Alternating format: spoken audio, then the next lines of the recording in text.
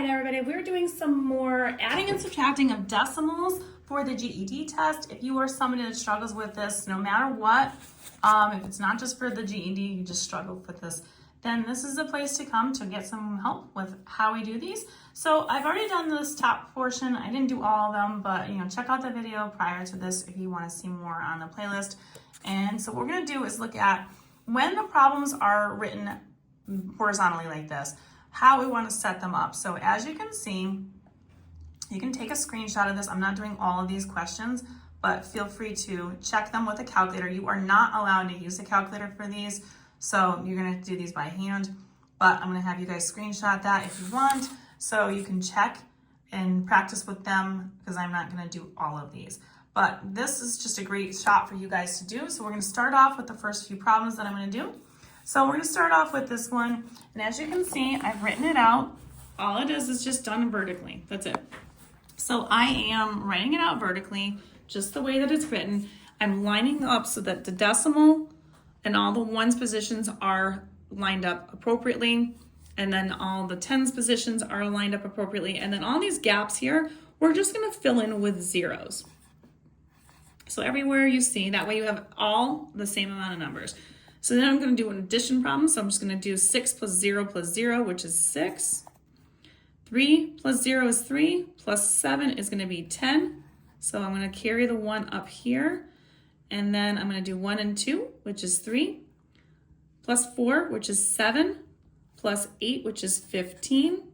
We're going to put the 5 here, carry the 1 up. This is going to be a decimal. And then we're just going to go ahead. 1 plus 2 is 3. 4, 5. So my finalized answer here is 5.506. Now again, with that second question, as you can see here, 1.02 minus 0.87. I've written it out. It's all lined up appropriately. You want to keep this lined up always. And anytime you are not sure with subtraction, whatever you get for an answer, if you add it to the number right above it, it should give you the number on the top. So let's go ahead. We'll get started. So again, we have 1.02 and we're going to subtract 0.87 from that. So I can't subtract 7 from that too, so I'm going to have to borrow from the number prior to it. And oops, there is a 0, so that means that that's going to end up being a 9 right there. So when I'm doing this, again, you're taking a look at this, and of course, because I borrowed from, when I borrow from this 9 here, I also have to think about the fact that I have to borrow from here as well. So then that's going to be 0. And then I'm going to go ahead and do 12 minus 7, which is going to be 5. And then I just do 9 minus 8, which is 1. The decimal is going to go right here. And then 0 minus 0 is going to be 0. So again, these two numbers should add up to this number, so you can check to make sure you've done it correctly. This is the next problem that I had on there.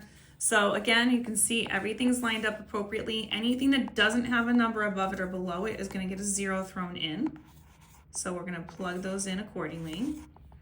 And then we're going to go ahead and add. So everything here is 0 except for this 2, so we're going to end up with 2 here. 5 and 1 is 6, plus another 6 is 12. So we're going to have 2. We're going to carry the 1 on this next line here. 1 plus 0 is 1. Plus another 0 is 1, plus 9 is 10, and plus 5 is 15. So we're going to put a 5, carry the 1 onto the next line. This is a decimal, and then 1 plus 0 is 1, plus 2 is 3, plus another 1 is 4. There's my finalized answer here. And then our last problem that I'm going to do is this one. So again, the 2 digits before the decimal are lined up. And then we're going to put a 0 right here. And we're going to go ahead and go 6 minus 0 is going to be 6. I can't do anything with that 0. I have to borrow from that. So I'm going to make that 8 turn into a 7.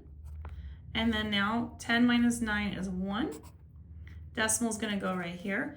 7 minus 6 is 1. 3 minus 1 is 2. And that will be my finalized answer. And if you want more questions like these, find them on my YouTube, Instagram, and TikTok at E1 Algebra. All of them are going to be located in my GED playlist. Don't forget to like, share, and follow me for more.